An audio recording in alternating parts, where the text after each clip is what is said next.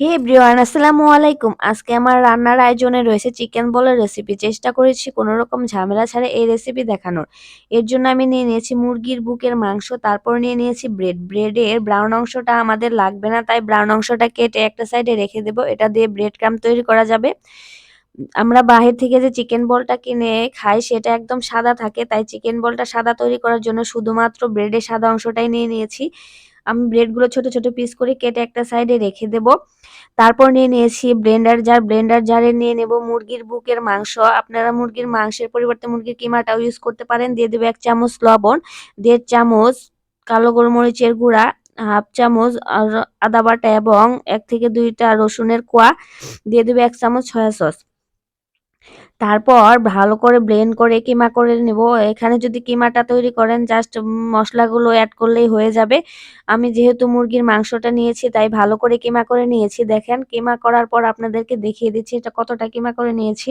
Blend করার পর আপনাদেরকে দেখিয়ে দিলাম। এই পর্যায়ে আমি দিয়ে দেব যে ব্রেডগুলো কেটে রেখেছিলাম সেই ব্রেডগুলো দিয়ে আবার একটু ভালো করে ব্লেন্ড করে নেব। বাজার থেকে চিকেন বলটা কিনে আনার পর ভেতরটা যেমন হয় মসৃণ এবং স্পঞ্জি, ঠিক সেই রকম একটা চিকেন বলের রেসিপি শেয়ার করছি আপনাদের সাথে।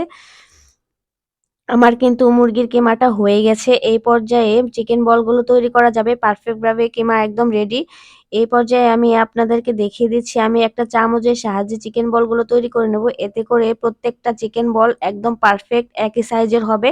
বলগুলো তৈরি করার জন্য হাতে একটু তেল ব্রাশ করে নেব। তারপর ১ চামচ করে চিকেনের কিমাটা নিয়ে ভালো করে গোল করে চিকেন বলগুলো তৈরি করে নেব। নামি দামি রেস্টুরেন্ট থেকে অনেক টাকা দিয়ে এই চিকেন বলটা কিনে এনে খেতে হয়। বাট বাসায় অল্প কিছু উপকরণে অল্প খরচে তৈরি করা যায় মজাদার চিকেন বল। দেখেন আমার চিকেন বলগুলো কিন্তু একদম রেডি হয়ে গেছে।